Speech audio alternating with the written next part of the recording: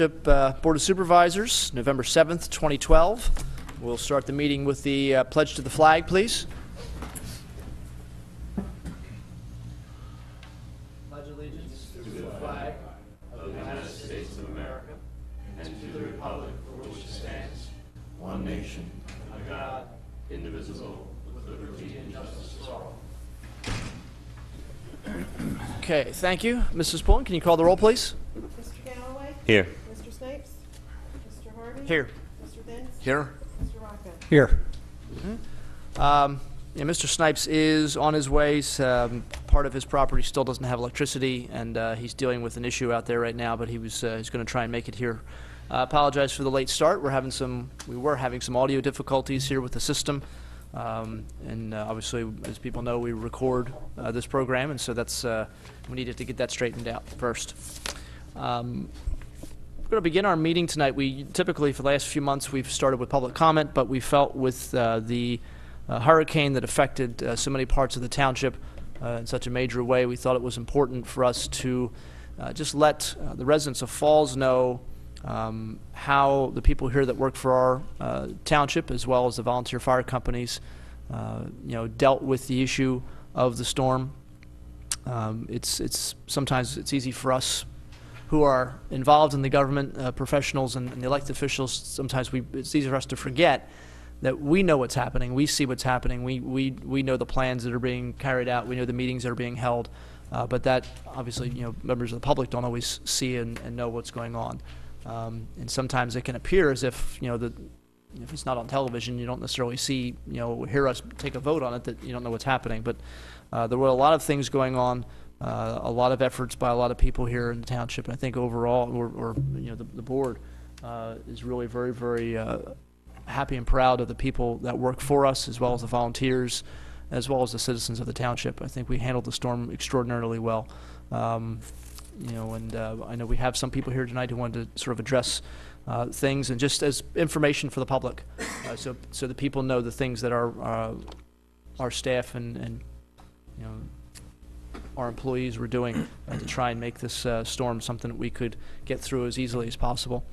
I'm going to ask Fire Marshal Rich DiPolito to come up. He's going to give a summary. He was essentially the head honcho while all this was happening. He was in control and charge from before the storm hit to after the storm went away. So first off, thank you very much for everything you did. It's going to probably be a couple of weeks till you catch up on the sleep you missed. but you really did a tremendous amount of work, and obviously we thank you very much. We're very proud of what you did. Well, thank you. I appreciate it. And first of all, good evening. I figured I'd just bring up some bullet points of everything that we did before, during, and after the storm.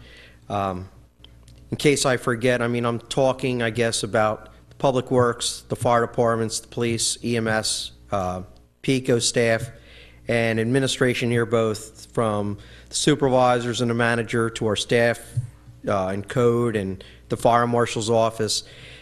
I have to say up front that I think everyone worked tremendously together. I think they did a fabulous job for what we had. This was a storm that none of us have ever seen, including PICO. Something we tried to plan for, but I don't think we expected what we really received. So that being said, I'll try and keep it short and sweet. We started on Thursday, the 25th. We started discussing plans. What if we get this storm they were talking about? Started talking to other municipalities, weather service, trying to get a clear picture of what could be coming. Friday, we followed that up with some more meetings with some department heads, the municipalities again. We spoke to the fire departments. We spoke to the rescue squads. We started checking the building here to make sure all our emergency lights, our generators, all our emergency power was ready to go in case we needed the building open. Our Public Works Director, Joe Arneo, he started contacting outside contractors to give us a hand, because we figured we'd probably need some help if the storm hit like they talked about. Sunday, we officially had a meeting here, excuse me, Sunday morning. We had a formal meeting with department heads, the fire departments, the rescue squad, supervisors, public works. We were looking at it twofold. We knew we had a lot of wind coming. We were worried about flooding. They were talking about 9-10 inches of rain. We discussed barricades, where we were going to put them, where we were going to block off. All the generators in Public Works, they were up, they were ready to go. The guys got out and got all the storm sewers open. We declared a state of emergency, trying to get the people off the roads, getting cars off the roads, helping us keep the roads clear. Again, we went through the building, made sure everything was ready, and we started putting out notices via text, email, website, cable channel, telling people what we thought was coming and to give them some suggestions and recommendations. The recommendations also we posted on, I guess I said Facebook. We posted some PICO recommendations that they were sending down to us, trying to get ready for this. We made sure that Township had full fuel, had diesel, trucks were ready to go. We contacted the school district, talked about emergency shelter, made sure that we had a shelter ready if needed. We had school buses on call in case we needed transportation. We notified the radio stations, newspaper, again, the website and cable channel, put all this stuff out there the best we could. Monday morning, the fire marshal staff, specifically Mike Mardrum, Ed Pullen, they went out on the roads. They helped the road crew getting the storm sewers open. We visited with all the hotels in town, made sure they were prepared. They didn't need anything. They had emergency power. They had sufficient staff. They were going to have staff on site in case something really happened. I met with area bucks. Rich Gallup is here tonight, as a matter of fact. We met with the hospital. We met with Home Depot, trying to make sure we had all plans in place for the hospital and for Home Depot if we needed any supplies. We went to specific apartment complexes we know are known problems for flooding. We spoke to the owners of the complexes. They had notified all their people, told them to move to higher ground, get their cars out of the way, take stuff off the ground in their apartment. The fire departments, the 3 volunteer, and I stress that, volunteer fire departments, man their stations, all 3 of them, for 24 hours for about 2 days straight. So they had crews in station, ready to go in case anything had happened. The rescue squad, they brought in additional manpower. The police, I don't want to speak for them, Todd's here, Lieutenant Pletnick, I know they had additional manpower in also. We closed the building here Monday, but we opened it as an emergency operations center, which worked fine. We had essential staff come in to monitor or to answer phones, help people if they needed it. But unfortunately, we lost power, we lost phones, and we lost internet capability, so it kind of hindered us a little bit. Our first outage was noted Monday morning, or Monday afternoon, I should say, 12:18. It's first notice we got from PICO, and there were 67 people without power. It gradually went up to 13,000, and 13,000 accounts. I say accounts because that doesn't count people. You have 5 people in your house, it's only counting as 1 account. An apartment complex counts as 1 account. So if you have 400 people or 400 apartments, that number is really much, much higher when you look at people. That went as high as 13,000 before it started coming back down. We started receiving fire calls Monday afternoon. Between Monday afternoon and I would guess Tuesday afternoon, somewhere in there, the 3 volunteer fire departments responded to over 100 calls for service. That was wires down, building collapses, home collapses, trees down, you name it. They were called out, and like I said, it was about 100 calls. We had no communication within the building at that time. When the poles came down, the wires, we couldn't fix it. We had no phone service. We were working. We couldn't work off cells. Cell phones weren't working. We luckily had some radios that did stay up that we were able to communicate. Total, the number is somewhere about 30. It's the best estimate I can come up with. 30 homes that had trees come down on them. I'm not talking about trees in front yards. I'm talking about trees down on them, in them, through them. We had trees in living rooms. We had trees that cut houses in half. At one point during the storm Monday night, I would guess it was somewhere around 10 o'clock, I made the decision that it just seemed too dangerous to keep guys. We were going from one house to the other with trees down. We moved everyone out of Thornridge.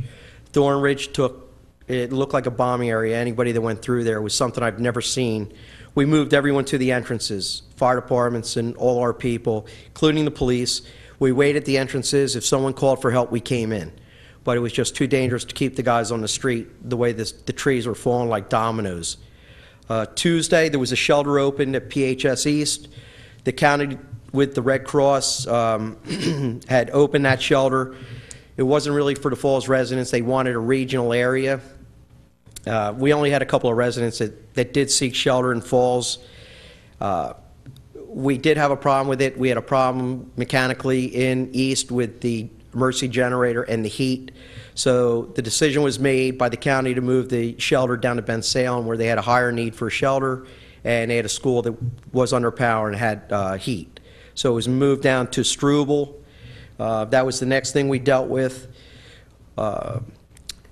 We also met Tuesday amongst ourselves and talked about Halloween. As simple as it may sound, we were trying to keep the kids safe. We decided we'd recommend that we'd postpone it until Saturday night. After the storm did pass, 13,000 accounts, totally without power. By Tuesday late morning, the road crew and the outside contractors that have been brought in had cleared, and I want to say every street in Thornridge. I don't believe there was anything left by Thursday afternoon that was blocked. They had opened every street. They had pushed every tree that came down was cut, pushed off to the side to make it accessible for the residents and also for the rescue fire departments, rescue squad, and police.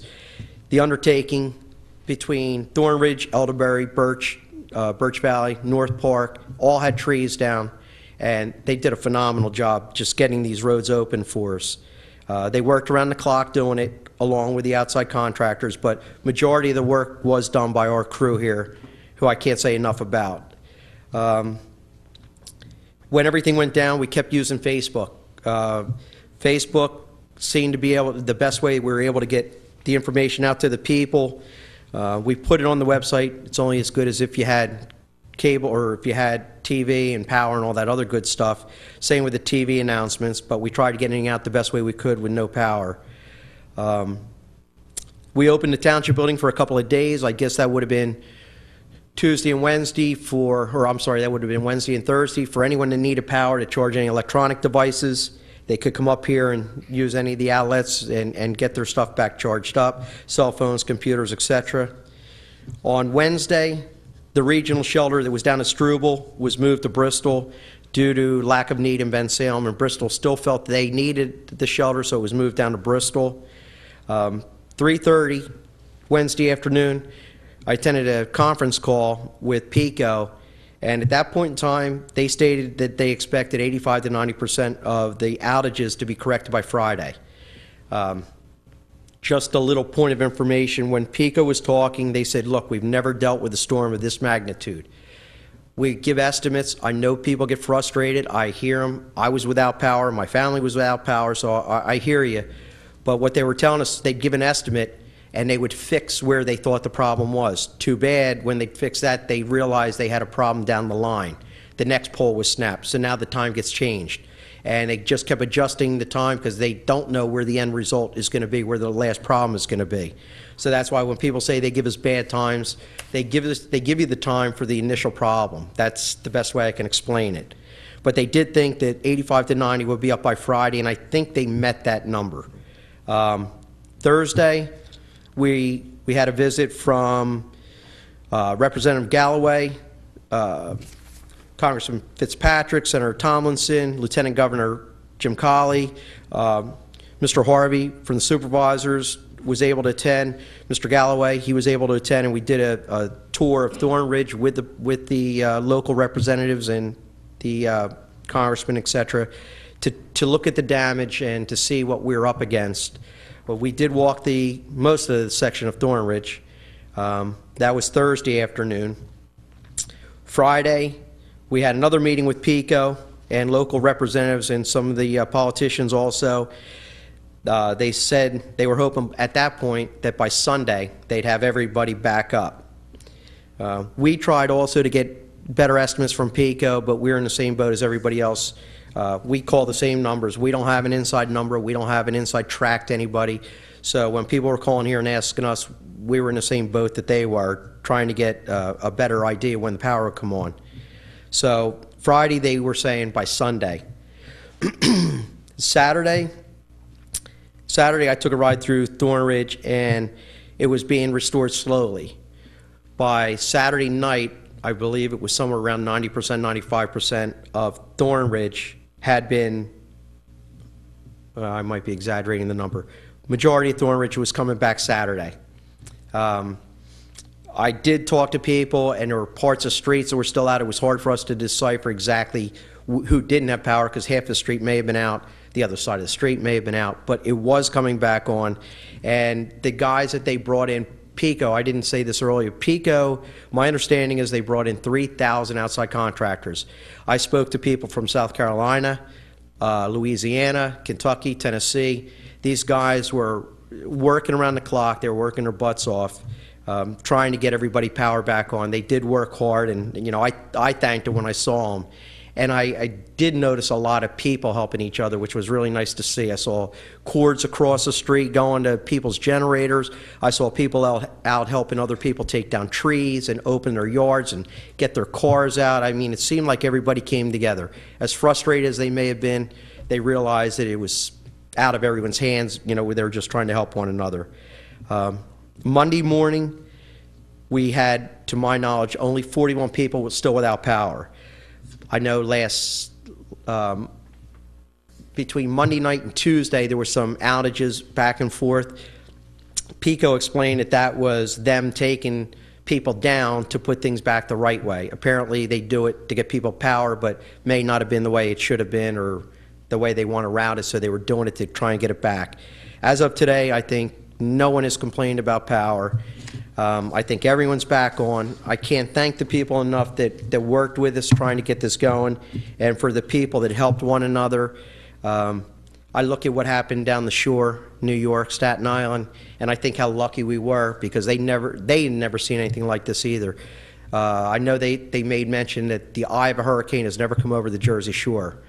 This was something that no one knew what to expect, or and it was only Category 1. I think of what they must have dealt with in Louisiana when Katrina came through and, just destroyed, and I just can't imagine moving people to the stadiums because there's no power for months. And, we actually got off pretty easily, I guess. People don't feel that way, I'm sure, but all in all, I think everybody did a great job. I'm sure, we'll sit down and talk and see if we can do anything better. Communication was the biggest problem, and that was out of our hands. We lost power, we lost phones, we lost TV or cable. Wasn't much we were going to do about that.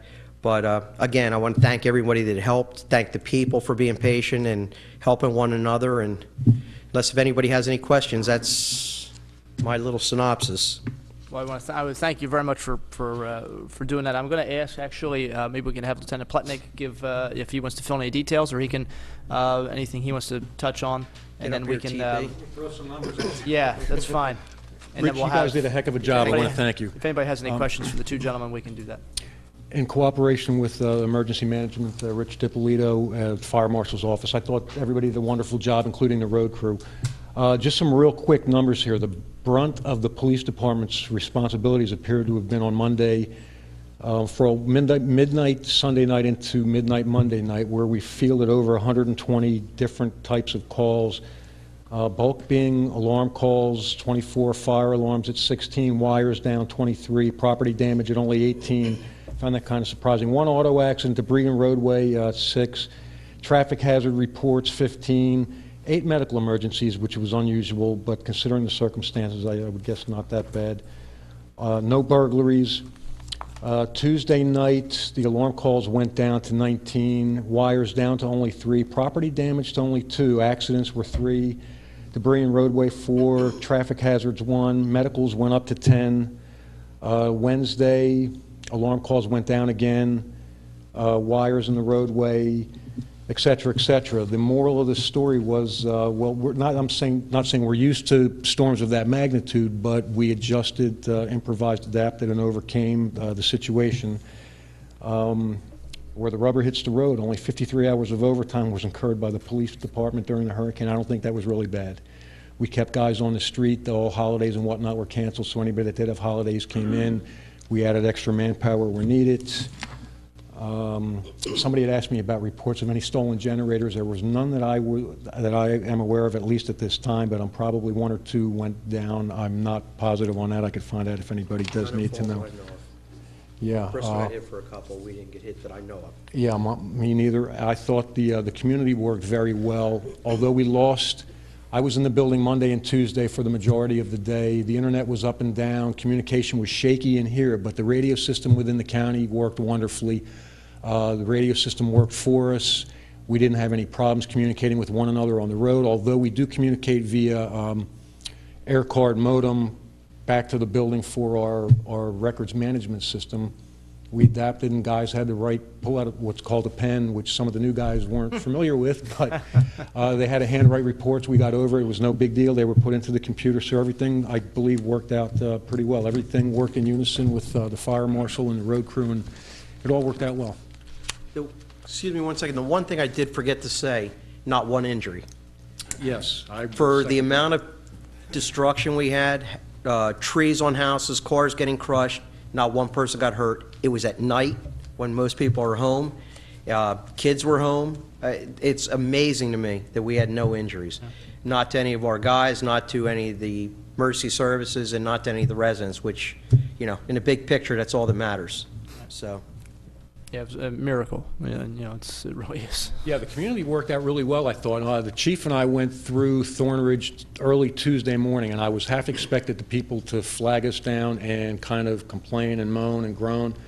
It didn't happen. People were helping one another. I saw everybody pitching in to help their neighbors, and it says a lot for the township of Falls and the community. I thought everybody did a wonderful job. Yeah, absolutely. All right, well, thank you, gentlemen, first off, for that report. Comments or questions from board members for either Lieutenant Pletnick or Mr. DiPolito? Mr. Galloway? Thank you. No. Yeah, I just want to thank you both and commend you and all the folks from the township who came out and responded. I know Rich DiPolito and his crew. I attended that Sunday morning briefing, and I knew just to listen and stay out of your way because you guys knew what you were all about. And it was evident. It was evident Monday. It was evident Tuesday, and I saw the resilience and the perseverance of the people of Thornridge. It was just amazing. Someone could describe it to you, but unless you drove through there and had a look at it, I couldn't even imagine it. But again, thank you both very much. Yes, ditto, and thank you for all the work that was done. I know we have another item on the agenda that relates to how the board of the township might respond to what's happened in the community, and I think we're open to hearing other suggestions as well. Just to echo what everyone else said, and thank you, but on Tuesday morning, myself, Mr. Rocco, and Mr. Harvey, Rich DiPolito picked us up and actually gave us a tour of the town. And to see Thornridge in person, you can see pictures, you can hear details, but unless you saw what actually happened there and in Birch Valley, it's unbelievable that no one got hurt, like you said. Thank God. It was just, yeah, it's hard to describe without seeing it yourself. But that's all. Thank you.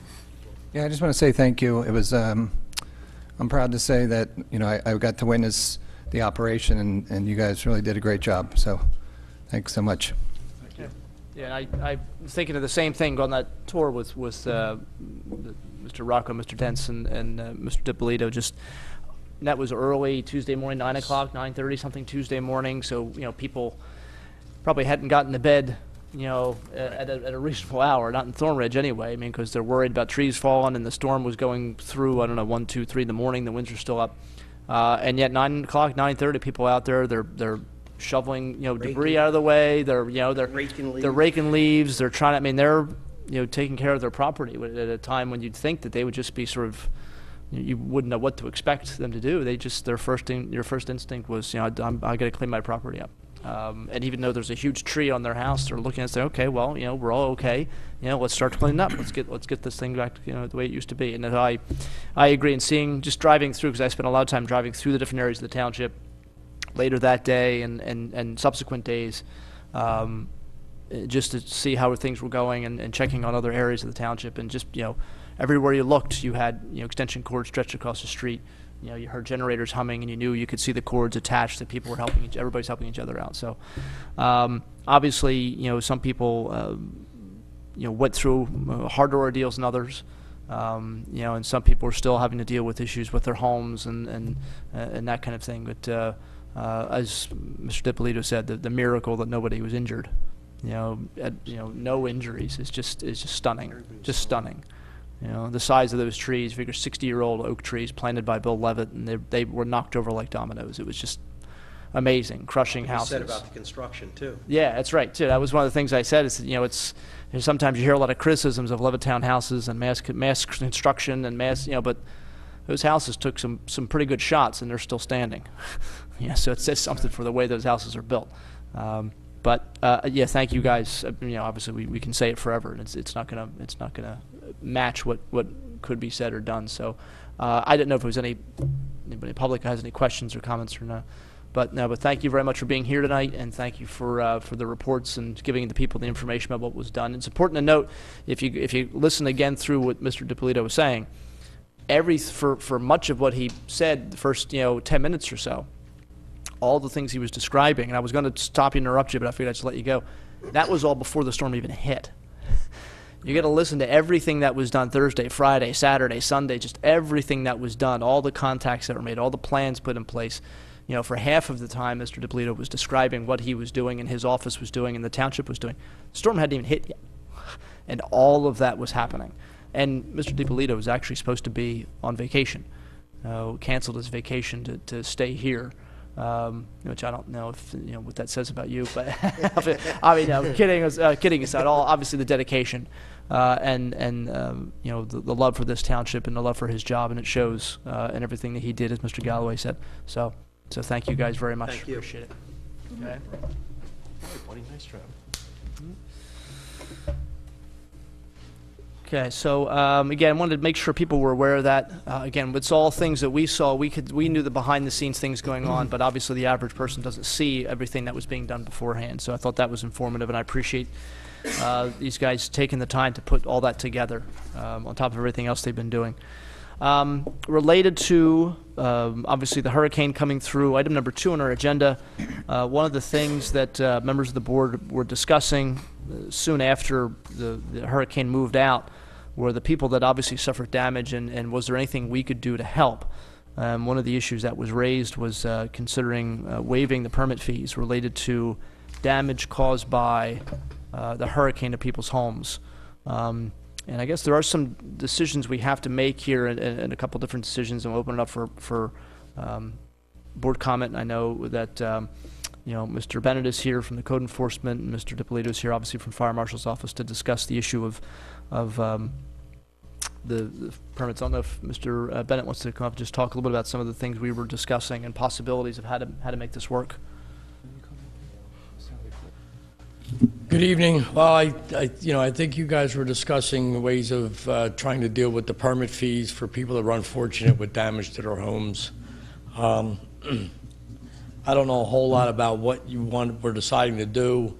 I come up with an idea, maybe putting a form on the website they could fill out to describe their damage. Maybe we could go out and, make sure that, it was damage, and then we'll just put it on file and keep records of what damage there was. Because some insurance companies don't act as fast as others, and some people have more damage than others. So this sometimes could take months. And sometimes insurance claims, they've taken over a year in the past. So I don't know how you want to do it, but I'm open for suggestions. Yeah, no, a couple of the concerns we had, one of the things I had raised, the issue Mr. Bennett just talked about, is maybe some kind of time limit. Obviously assuming that people are going to try and fix the properties that they're damaged relatively quickly.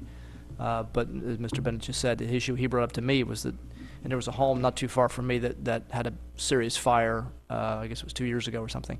Yeah. And it took about a year for the insurance company just to come through with the money to sort of rebuild that house. And so that's something obviously I had kind of forgotten about. And so that was one thing. But we also have to talk about, is this residential, also commercial, any businesses that might have suffered damage. I think for the most part the damages we had were residential, but if someone has a business that where they needed to fix something, do we want to extend the permit to commercial as well? Obviously, as Mr. Bennett's saying, we trust that the people who are going to benefit from this are people that had storm damage, but obviously we have to prepare, just like the issue we had with smoking in the park. We have to prepare for the people that might try to, take advantage of this. They have damage on their property, and all of a sudden now they need a swimming pool and a second floor in their home, and they want to not pay permit fees. So I guess we'll open it up just to board comment about some ideas, and just some, I guess, any questions for Mr. Bennett. So, anybody? Comments or questions about how to guess the easiest way to make this work? I know that you talk about putting a form online, people fill it out, and then we can go out and take a look and document what damage has been done, roof damage. It was kind of the best way I thought of. If I put something online, a type of form, I mean, it could come down to as far as a fence being blown down. And they could check off what part of the house was damaged, and it's a simple thing of sending my guys out, they check it, it's okay. We put it in a computer system on that address, we scan that in, so we know that damage was done, and so it's okay, and so then they would have to pay the permit fee for the pool, but not for the damage. Right. It was the simplest way I found to do this, I think anybody that knows right now if they have damage, they're going to need a permit to repair their house, you would think. I would think, but see, sometimes the problem comes in when they have extensive damage, they don't have the personal funds to pay for it. So they're going to wait for the insurance companies. There are some families that are staying in hotels and extended care facilities because the insurance companies have told them to get out of their house, it's unsafe, and they'll put them up until they get a chance to send, I guess, an adjuster out, which that could also take months with all the damage. Yeah. We don't have half the damage that a lot of areas do have. So, I mean, I know that I'm sure insurance companies are bringing in outside adjusters, the same as we did and PICO did with contractors, but I don't know when they're going to get to them, and I don't know when they're going to settle them. Yeah, it's tricky. Yeah, it gets a little tacky in certain spots. Right.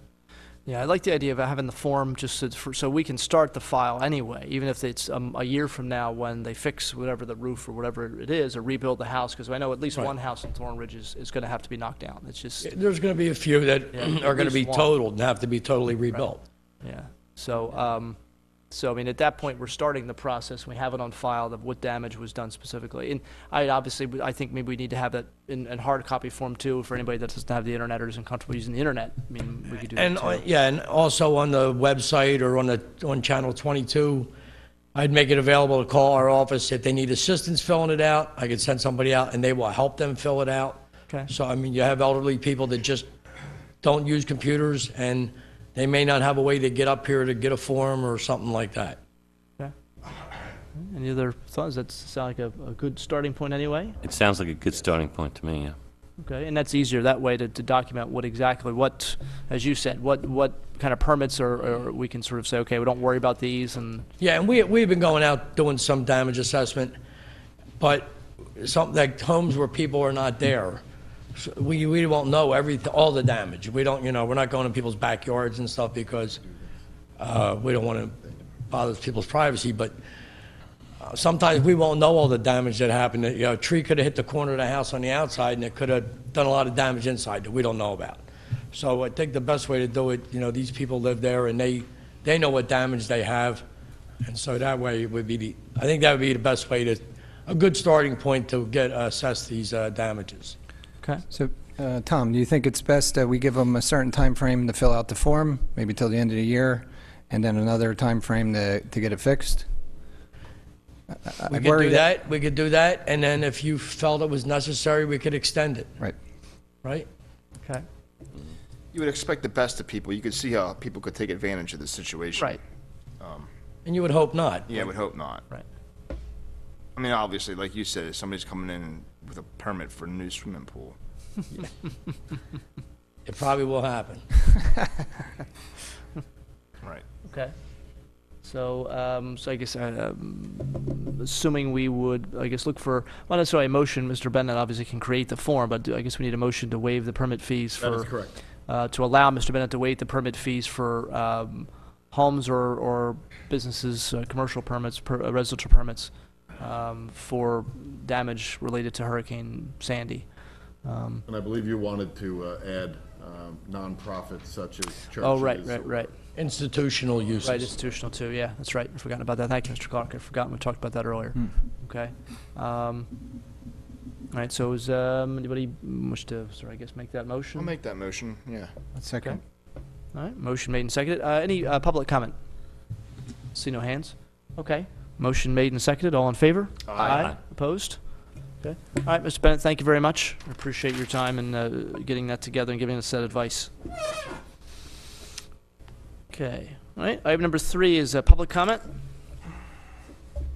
Let's see. He's still stressed over that email. Just need to write stuff down. It's just cool. I thought it was. I want the. It's great. You tell him what Mike was doing to him back there? Yeah, it's too much. Appreciate it. Okay, I have one name on the list, Dick Trimble. If he starts giving me a hard time.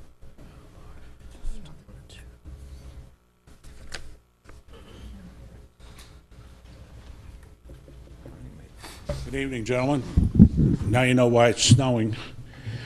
I have to bring this to your attention, and I really think the board needs to act on it. Lower Bucks Joint Municipal Authority is going to the residents of Falls Township and telling them that they can't do things in their yards because the authority has an easement.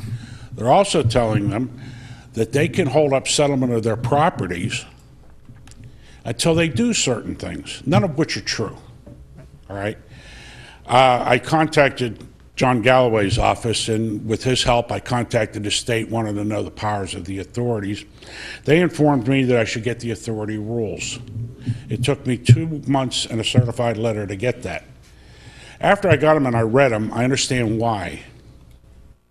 There's a lot of things that they're doing that are contradictory to their rules.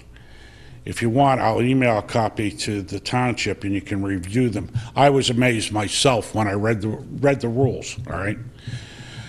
Also, I went and I had some people do some work for me in Doylestown to see what the easement was. The only easement dated for the Lower Buck Joint Municipal Authority is from 1952 when they purchased the authority.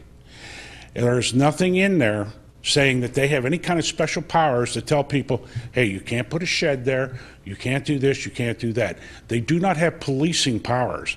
That's your job, the municipality. What I'm asking you gentlemen to do is to contact the other surrounding municipalities, bring it to their attentions, and maybe jointly do something with this authority. Also, maybe to write to state representatives and ask for some changes in the rules for authorities. They're getting out of hand. I mean, it started with the grease trap and it's escalated from there. Now, I do believe there is one township that I've come in contact with that is saying to people, no, we're not going to give you a UNO until you've done what the authority tells you. Now, if they want to acquiesce to their demands, that's fine. But we don't even have representation on that board. And I mean, it's like being governed without representation, and you know, that's something that I really have a problem with. And I just think it's time to, somebody's got to stand up for these people. You know, it's really frustrating. And I ran into a situation where they come out, and what they're doing is when we ask for a meter reading on a closing on a house, then they send an inspector out. Well, this happened to somebody, and I told the gentleman next door, I says, I would call the police, find out who the individual was, and have them locked up for trespassing. They come out to the property to do the meter reading because they say when we apply for a meter reading, they're going to come and inspect the sewer line. They marked the trees in the property that we're selling, but they went next door to that person's property and spray painted the trees. So not only did they trespass, but they vandalized his property. And the easement doesn't give them any more rights than Pico, Beltel, Verizon, whoever, to come onto your property unannounced and do things. And they're doing this, and they're getting away with it. And people don't know any better. They just think, hey, they're the authority, they have the right to do. They don't. And I'm just asking the board to take some form of action. Anything I can do to help, be my pleasure. Because I've had a problem with them for 20 years. And I'm not even serviced by them, just by some of the things that they're doing to the people. Like our parks, I was here about the industrial grease trap that they want. I want to get the rules to you, because when you read it, their rules, their definition of an industrial user is exactly the same as the federal government's. When they request, like at our park or 7-Eleven, to put a grease trap in, they're violating their own rules, because those units do not conform to what their definition of an industrial wastewater customer would be. Now, they're in a process of rewriting the rules, so they may be getting ready to close some of the loopholes, and I think it's very important that the board takes some form of official action to protect the residents of at least of Falls Township. All right, and I mean, that's the only thing. Trimble, I was approached yesterday by a resident of Valentine Lane, and she said a crew from the authority came into her yard midnight on Sunday. She was startled. She had a dog. Luckily, she had the dog inside, because the dog would have attacked them. They had to gain entrance through her fence, and then when she came out to talk to them about it, they weren't the nicest people. Of course, they were out on a Sunday night on a call, so they weren't going to be, you know. But then they started telling her about having to move her shed because it was too close to the manhole. That's exactly She what they're asked doing. me questions about it, and I referred her to State Representative Galloway's office. But I hear your concerns, and it's funny that someone just approached me yesterday about the same issue. Can you give us a few more? I know you and I spoke about this a little bit last week or 2 weeks ago, but can you give us a few more examples of exactly what they're doing to these residents? Not so much in Besides Falls. making them move a shed that's on their property. I can tell you, all right, Fences too, telling about fences probably too, or? I'm or sorry? Is it fences too that they're saying, telling They them? told her that she had to put a lock on her fence, get the lock from them, and a combination lock. She wasn't allowed to lock it. Look, These guys- I'm sorry, they're in a fantasy world over there. Yes, they are. Okay, they really are.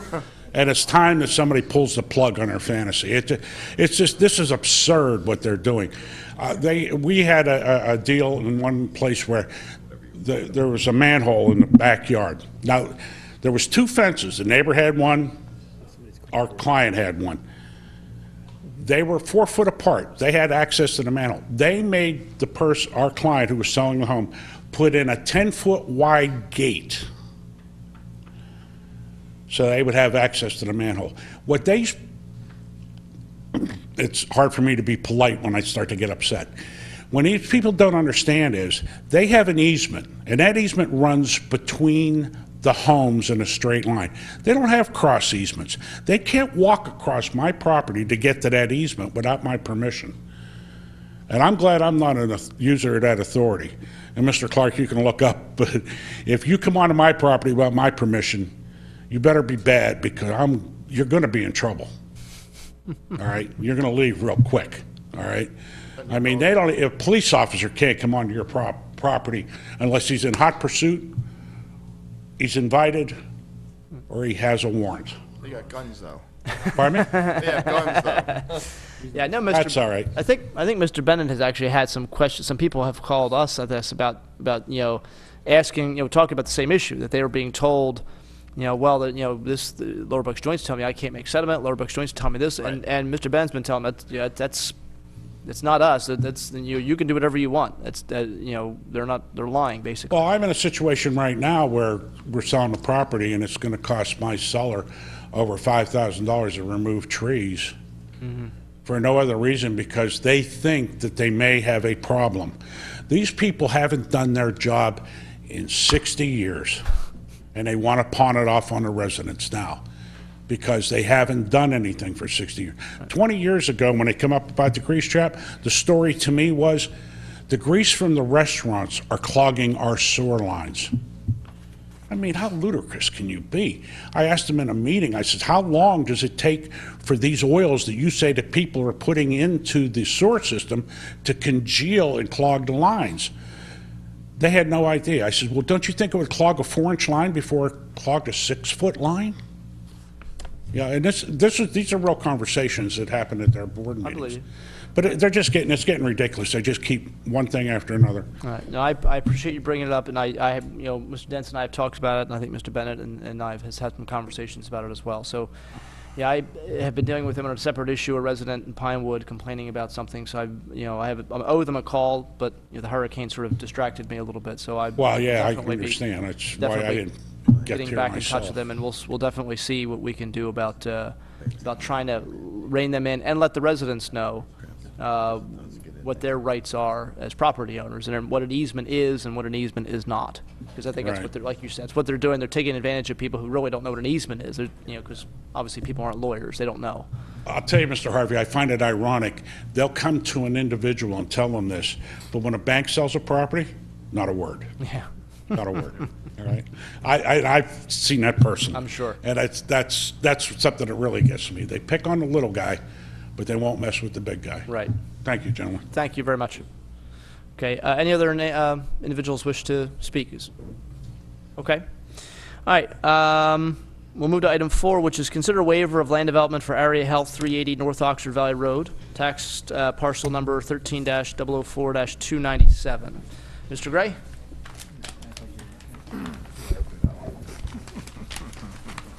Yes, as mentioned, this is for Area Health Bucks Campus renovation. Representing the applicant tonight is Mr. Michael Connor from Stantec Engineering.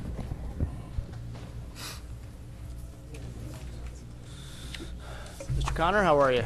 I'm doing great, thank you very much. Again, my name is Mike Connor. I'm a civil engineer representing Aria Health, located at 380 North Oxford Valley Road, for their proposed improvements to their property, which will include a one-story addition to the rear of their property as the entrance to the new orthopedic group, as well as a two-story, second-story overbuild in the rear of the hospital as well. Site improvements will include some sidewalk improvements around the new entrance, as well as a modification of an existing driveway so that vehicles can turn around in front of the new additions. As you probably have on record, we received the approval to move forward through the permitting process through the Planning Commission on the 23rd of September. And subsequently, we received a letter from Jim Sullivan of T&M Associates on the 6th of this month, essentially stating that we've taken care of all technical items, engineering items. And essentially, we're requesting a waiver from land development and consideration for approval to move forward.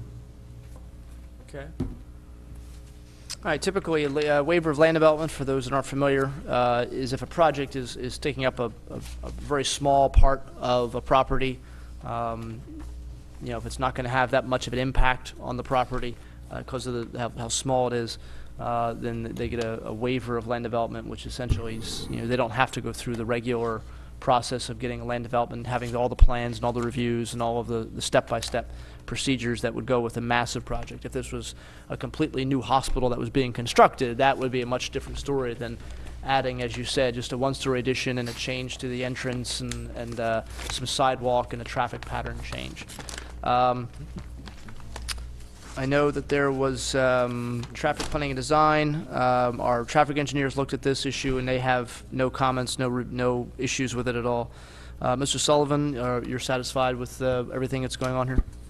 Yes, Mr. Harvey. The letter Mr. Connor referenced of November 6th, the resolution you have before you was based on a letter we wrote on November 1st, 2012 that had issues, a few issues that they have actually resolved in between the time we issued that letter and the time we issued the November 6th letter, and we now have recording plans ready to go should you approve this resolution. Okay. All right. So, so are you saying there needs to be is there any kind of correction that needs to be made to the resolution as it is? No. Okay. All right. What I'm saying is they've already complied with everything in the They've already resolution. complied with everything in it. point. Okay. All right. Good. Thank you. I wanted to make sure we weren't having them do something that isn't an issue anymore. Are comments or questions from board members for Mr. Connor or Mr. Sullivan regarding this project? Mr. Galloway? No comments. Mr. Snipes?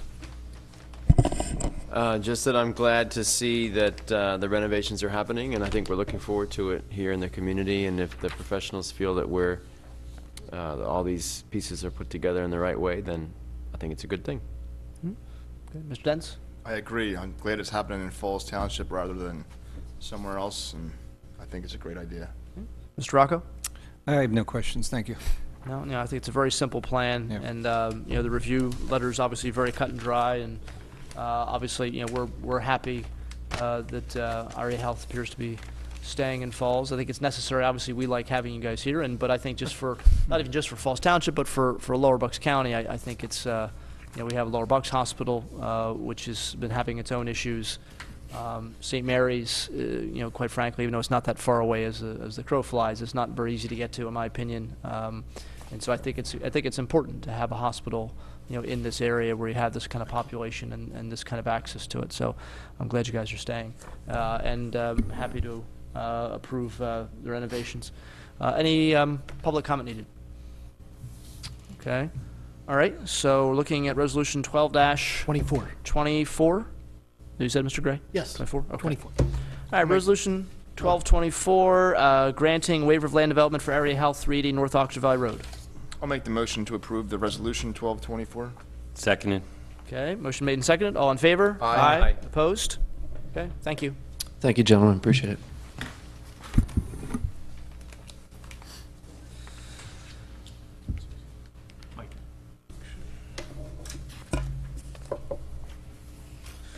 Okay, item number 5 is consider bids received from the auction of township surplus vehicles. Mr. Gray?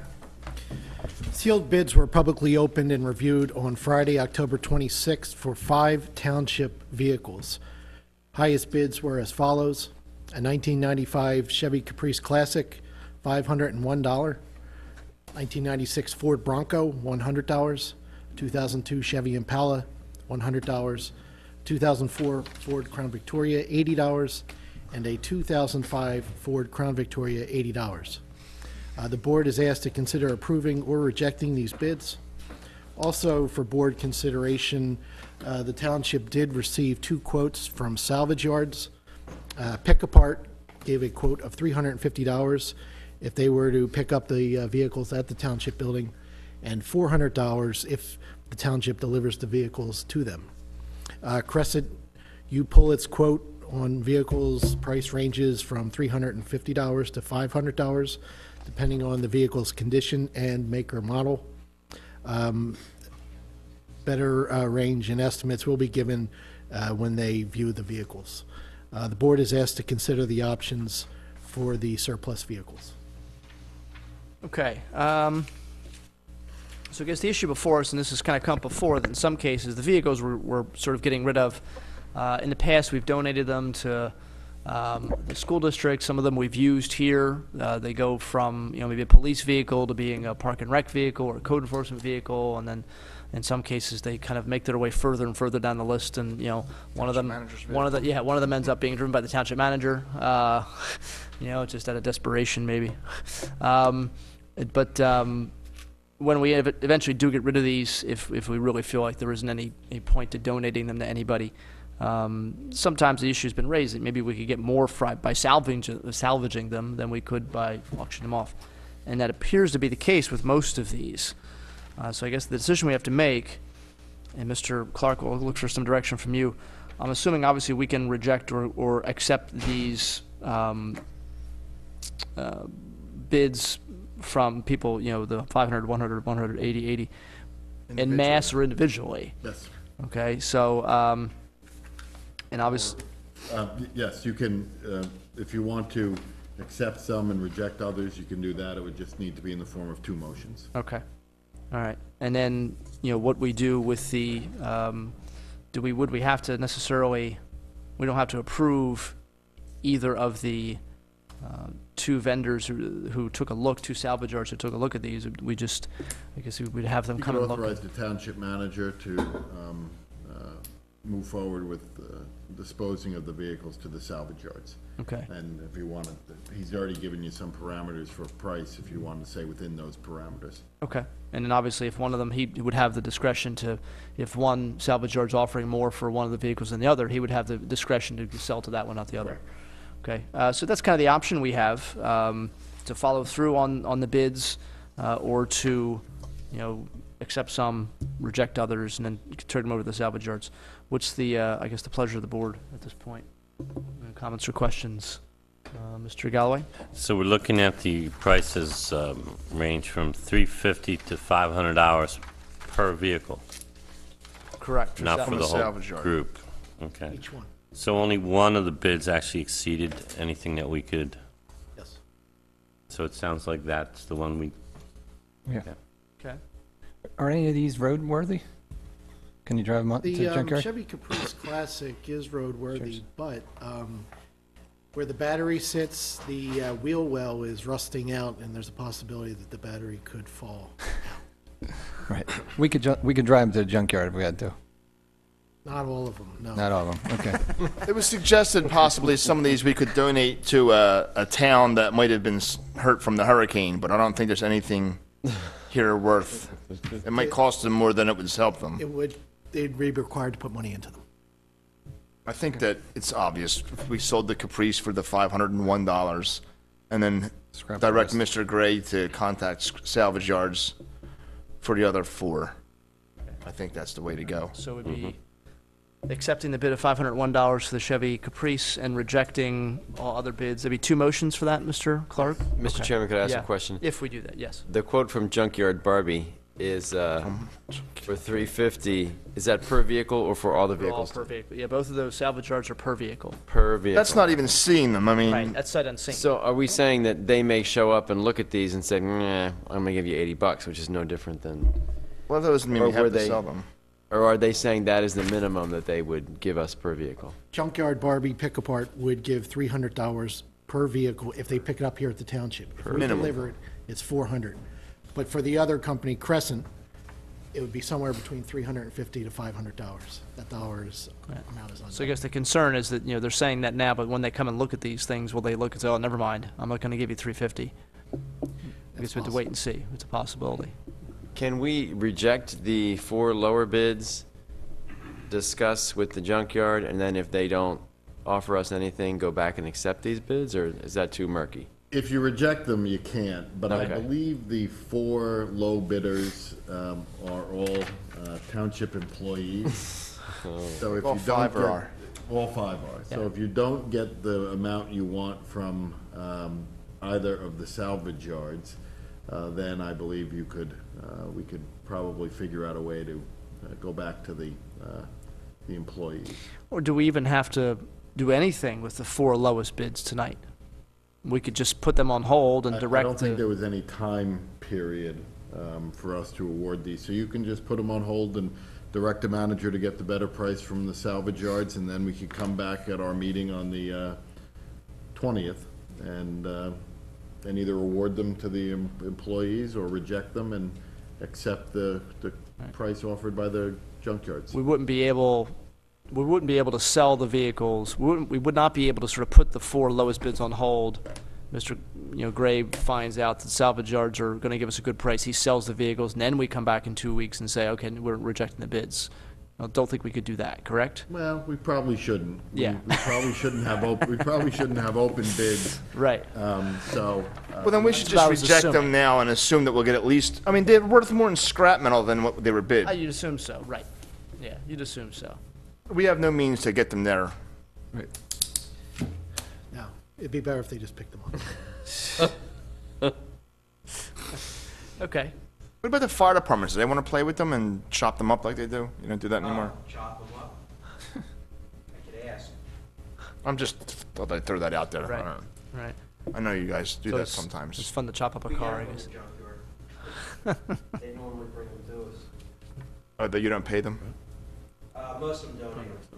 Okay. Okay, then you're good. I think we should my idea would be to sell the Caprice for $501, reject the other 4, and go scrap them. Okay. Mr. Gray can call, I don't know, there's a couple of junkyards and Junkyard Barbie, I think, is going to be the way to go. junkyard bar, but you just like saying that. Comments or Actually, questions from the Kristen public? Was higher. See no hands. All right, is there a motion then? So we've had a good discussion. I think we're kind of on the same page with this. Is there a motion then regarding the bids for the vehicles? And we have to do separate, if we're doing, as we seem to be heading in the direction of So accepting we're making a one. motion to sell the Caprice for, 1995 Caprice for $501. That's the To? motion I'm making. To the Jane that person. Jane Levson. Yeah. Okay. Okay, I'll second. Okay. Motion is made and seconded. Mrs. Pullen, pull the board, please. Mr. Galloway? Yes. Mr. Snipes? Yes. Mr. Harvey? Yes. Mr. Dents? Yes. Mr. Rocco? Yes. Okay. We're going to make a motion to reject the other 4 bids. That's the motion I'm making. And I'll second. All right. Motion made and seconded to reject the other 4 bids: the Ford Bronco to Nick Knoll for $100, the 2002 Chevy Impala to Nick Knoll for $100, 2004 Crown Victoria to Leon Thompson for $80, 2005 Crown Victoria to Leon Thompson for $80. Motion made and seconded to reject those 4 bids. Mrs. Pullen? Mr. Galloway? Yes. Mr. Snipes? Yes. Mr. Harvey? Yes. Mr. Dents? Yes. Mr. Rocco? Yes. Okay. And then do we need a motion or just You don't need a direction? motion, just We're just direct the directing manager Pete to call the junkyard and sell these things. All right. And as Okay. board members, I think as you all know, the Caprice was Mr. Gray's car, so this is. The grape, kind of- as we've the known it. grape, so this is kind of an emotional moment right now. It's a good car. Good. A lot of meals in that car. French fries between the Not a French fries. Okay. All right, we have 2 sets of minutes, October 2nd and October 16th. I guess we make motions on these collectively here. Let's do any comments or questions regarding the October 2nd minutes? None. Hearing none. How about comments or questions regarding October 16th minutes? None. None. Yeah, I Excellent don't- minutes don't once have any. again. Right. Okay, is there a motion to accept the minutes for October 2nd and October 16th as presented? So moved. Seconded. Okay, motion made and seconded. All in favor? Aye. Aye. Opposed? Okay, we have an item for executive session we're going to be discussing, so I'm actually going to we're going to do manager comment first. Mr. Gray, is that okay? Yes, absolutely. And then we'll go into our executive session after that. The township declared a state of emergency starting at 5 p.m. Sunday, October 28th, 2012, continuing until 5 p.m. Wednesday, October 31st, 2012. The state of emergency was necessary due to Hurricane Sandy. Township's fire marshal, public works, and police departments were involved and worked throughout the storm providing assistance. At this time, the board is asked to approve the state of emergency imposed on October 28th, 2012. Okay, in the state of emergency, and I saw some of this, I saw somebody was actually asking me what exactly is a state of emergency. You know, the state declared one, obviously a lot of communities declared one, New Jersey, et cetera. Essentially gives a little bit of extra authority to our emergency personnel. We're used to kind of doing this in situations where there's blizzards and we have to clear roads for the plows to come through, and so people have to move their cars off of certain roads. In this situation, there was that concern.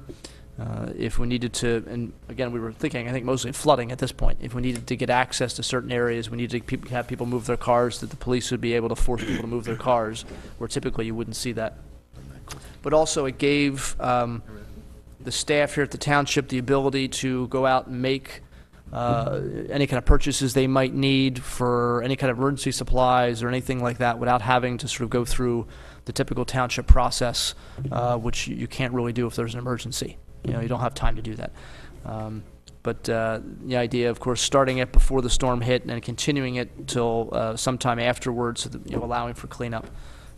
So it really is sort of just ratifying this agreement. I think all of us kind of knew what was going on and happening. So I don't know if there's any comments or questions from anyone regarding just the ratification of it. There's public comment. Don't see any. Okay. So is there a motion then to approve the state of emergency, which was imposed on October 28th and ended on October 31st? So moved. Seconded. Okay. All in favor? Aye. Aye. Opposed? My next item, the township received a letter from Gary Marjoram, president for Falls Township Fire Company Number 1, dated October 22nd. The fire company is filing an application to the zoning hearing board for the rental hall in the rear of the fire station. They are asking if the board would consider waiving the fee for the application at this time. Okay. And just to explain it, there is an empty rental space in the back of the Falls Township Fire Company located on Yardley Avenue. They used to rent it out to Be Long, which is an adult daycare. They are changing that to have a business in there. And essentially, they need to go before the zoning board to have that change of use approved. It's typical for us to do things like this, waiving permit fees for nonprofits, churches, fire departments, for Ellis Fire Company when they had the cell tower built in Levittown as well. So comments or questions for this? I know Mr. Bennett's here for any comments or questions regarding this issue. Mr. Galloway? No questions. Mr. Snipes? Would that fee normally be, is that the $1,000 fee? Or was that what it would be? Yes? Yes, Okay. Mr. Bennett's indicating yes. Yep, thank you. Okay, Mr. Dents? No questions or comments. I have none. Okay. All right. Okay, there's a motion then to waive the fee, the zoning board fee for the Falls Township Fire Company. I'll So make the moved. Go ahead, Brian. Second. Motion made and seconded. Okay, all in favor? Aye. Opposed? My next item, the township received a letter from Kanga Roof dated October 22nd. They are working on their third annual holiday roof giveaway. They do not know who the recipient will be and are requesting that if the recipient does reside within the township, the board is asked to consider waiving the fees and costs involved with obtaining a permit. The board is asked to consider this at this time. Okay, yeah, no, we've done this in the past. It's Falls Township business that does this as a fundraising opportunity. It's somebody can win this opportunity to get a brand new roof. And I don't know if there's any comments or questions regarding, this. Everybody's okay? No, I think the other thing is you can, if you knew someone that needed a roof, there's a form included here where you can nominate them. Oh, right. So if anyone in the township knows of someone. I know a lot There's of people. probably a lot of people. Well, after I said that, I'm thinking this probably isn't the best time, but normally it would be normal circumstances. Right. But So, yeah, I've been seeing they're probably really busy right now. Right. They are, I've been yeah. seeing their trucks around different places, cars around different places, and signs and stuff. So, okay, is there a motion then to grant the waiver for the roof for this company? If the winner of this, I guess, fundraiser is in Falls. Obviously, it's not in Falls, doesn't apply. But I guess anybody can do it, right? So, Sure. Yeah, so moved. Seconded. motion made and seconded. All in favor? Aye. Opposed? At this time, the township has several Mylars for signature. They include Area Health and General Office Areas South. And that's all I have, Mr. Chairman. Okay. All right. Thank you. All right, we're going to take a brief recess for executive session.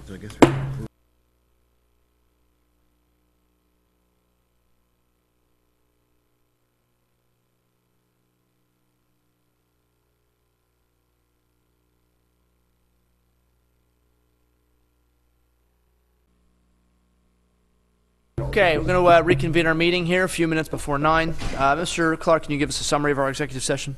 Yes, Mr. Chairman, the board held an executive session to discuss a litigation matter.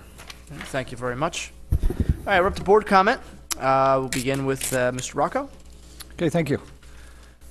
Just wanted to thank Rich DiPolito and Lieutenant Pletnick for coming out this evening and explaining the series of events. I think it really helped me put it all together.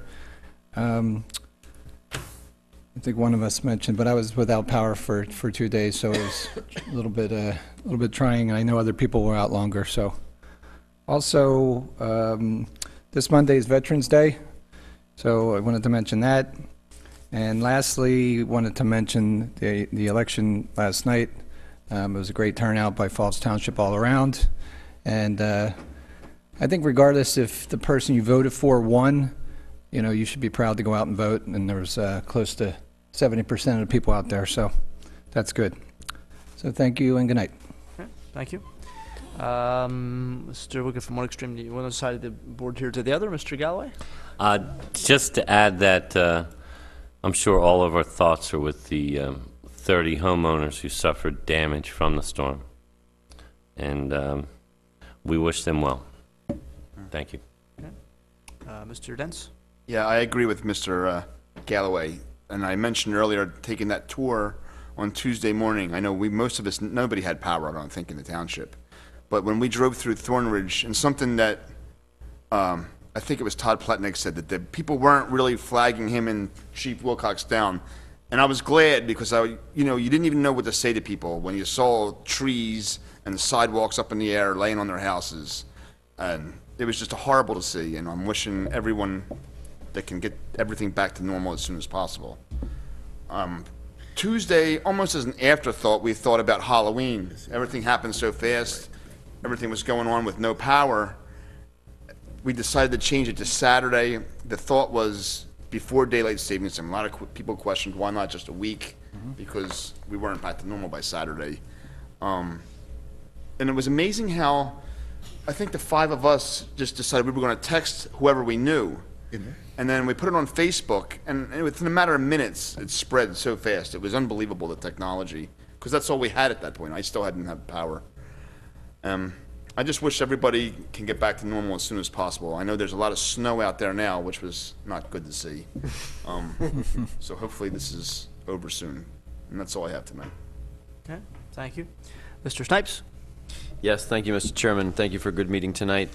I also want to echo the huge gratitude to people here in the township building, township staff, the police and others, emergency services, who really did a great job for folks in the storm, and then also just people in the community helping each other, as we've all said, was really great to see. Some people were out of power for a long time. I know they really suffered, and people helped each other. I'm still partially out of power myself, so that's why I was a little bit late tonight. I was talking with Pico in the middle of now a snowstorm, trying to figure out what's wrong with our power. So there still are a lot of people who are struggling, especially in New Jersey and New York. So whatever we can do to be supportive is a great thing. Also, the experience yesterday at the polls was really great, and also some frustration. I don't know what happened at other polls, but at Eleanor Roosevelt, especially with 1-5, with that voting district, there were quite a lot of complaints, long lines, people waited an hour and a half. On the one hand, that was great, that people stuck in there and really hung in there to exercise their right as democratic citizens, but something needs to happen there, and I want to have a conversation. I know we don't control those things, but maybe we can find the people who do and get them to change the situation there. So with it, yeah, it was. I just wanted people in that area who voted Eleanor Roosevelt in 1-5 to know that we did see what happened, or at least I saw what happened, and I think that we need to do something about it, and we'll see what we can do. The one really bright spot was that those of us that happened to be there, we happened to have street lists of where people live, and helping them to figure out which district, which line to get into. And the Girl Scouts saw what we were doing. They were there selling munchies, and they said, well, if we can make copies of those lists, we'll direct people, because they were right there where everybody was walking in. Yeah. So we managed to get the school to make copies for us. We gave them to the Girl Scouts, and they did a great job. I wish I knew the troop, but they did a great job helping people to get to the right line to get to the right poll. So I thought it was a great civic exercise that the Girl Scouts did, besides the munchies, which were great. At one point, we bought a whole lot of munchies, and we just went up and down the line for the poor folks that were standing there for an hour and just handed out cookies and muffins and whatever we could get to people. So in some ways, people really came together and hung in there and helped each other. But on the other hand, there was a complication there, and there might have been problems like that at other polls. And somehow those kinds of things need to be improved. So I'll be talking with you all to see what we can do. There may have been other areas that had problems, but especially 1-5 at Eleanor Roosevelt was a serious problem. Okay. Thank you. Okay. Thank all the members for all their efforts. It really, I think we all worked very closely over the past couple of weeks. Everything with the hurricane, building up to the hurricane and during the hurricane, and really gave a lot of us a chance to see how well the staff here works. I mean, obviously, we know we have fantastic people here from the manager all the way down through all the workers. We have a really top-notch staff we're very, very proud of. And while it was great to see them in action and really sort of fulfill that belief that you knew was there, prove to you how good they were. I hope we don't have to do it again. Put it that way. Yeah, it's because it was that's enough. let's get back to some, I guess, the normal weather that we were having for a while. That was nice and boring. Yeah. So a few things I did want to mention. Obviously, Mr. Rocco mentioned Veterans Day, which is coming up. So thank all those people out there that ever served. Mr. Galloway is a veteran of the United States Navy, so thank him for serving. And Veterans Day, of course, is for anyone who's ever served in the military, peace or war. Obviously, it's thank those people who put their time in and did their duty to make this country, the great country it is. It's one of the things to think about when you hear all the political ads and campaigns, and I know that all of us are glad that we're not hearing the ads all the time, and the hopefully the signs go away pretty soon. But the one thing I always think of are the people that sacrificed, again, in war or peace, to serve this country, and are we living the kind of life that they sacrificed for? Are we living up to what they did, what they gave? And maybe it was just time, maybe it was some sweat, some tears, some blood, maybe it was their lives. Or are we living the kind of lives, in terms of how we treat each other and the way our politicians behave from both parties and how they treat each other? Are they living up to those sacrifices, or are they shaming them, quite frankly? And unfortunately, more and more we see politicians, I think, who shame them, rather than live up to the sacrifice. So hopefully we can start making a change with that, and maybe it'll start with this election. Obviously the power structure is largely the same in terms of who controls which house of Congress and the White House. We saw over the last 2 years that there was quite a bit of gridlock, so hopefully we can get some people who start to realize that that's just not working. And if it doesn't, then in 2 years, when it's another election for Congress, we have, the people have the right to make that change if they feel it's necessary. Just a couple of things, too, about some of our volunteer boards. Talked yesterday to Jim Hess, who's the head of our Community and Economic Development Commission. They've been taking a look at Lincoln Highway here, at ways of hopefully doing some renovations to Lincoln Highway to increase some traffic flow, which of course would be good for the businesses in Falls. And he was looking to have a meeting in late November with a lot of business owners here on Lincoln Highway to discuss ideas and just get some feedback and get as many people in as possible. But he's wondering now, especially with the storm, I think he's looking to push that back a little bit. So we'll have to look maybe in early next year at having some kind of meeting and inviting business owners in and residents who want to have a discussion about, again, a long-term look for the future of this highway. Improving its image. And we know we have some projects going on this stretch, including a new township building that'll make an improvement and a change in the image. So we're looking forward to that. And I also had a discussion a few weeks ago with the head of the Historic Preservation Committee. And one of the ideas I had raised with her, I talked with some of the board members about, was there was a history of Falls Township that was written in 1992. Mr. Snipes' father wrote that, and obviously we're looking at something that was 20 years ago. And so I asked the chairman of the Historic Preservation Commission, would she be interested with her small committee, there's only a few people, at really doing an update, over the last 20 years, the history of Falls Township from 1992 to 2012, just sort of adding on to an addendum to that history. And she thought that would be, she was really interested in that, and it seemed like something that would be sort of a minimal cost. I think a couple $100 maybe, just to give them the right to go get some records from the Courier Times and those types of things. And I guess maybe we'll sort of hammer that out in terms of some details. But that was something she was very interested in. Thought that'd be a useful project for them to take on. So, and I mentioned it to a couple of board members, and I think it sounded like a decent idea in terms of looking forward to something we can start with them next year. And we do have some openings coming up, and obviously anybody who's interested in being on some of our boards and commissions, I know there's information on the website and the cable channel. Always looking for volunteers to want to come out and help. It's usually one meeting a month. Sometimes some of our commissions aren't even that. It's just a way to give some of your time and help make the community even better than it already is. So with that, again, thank the staff for putting this together. We obviously last week was a pretty busy week, and so putting together this agenda and getting all the materials ready was not the high priority for a while, but obviously you did a very good job. And thank all the board members for all their dedication and hard work over the past couple of weeks. So with that, I'll Entertain a motion to adjourn. So moved? Second? All in favor? Aye. Thank you.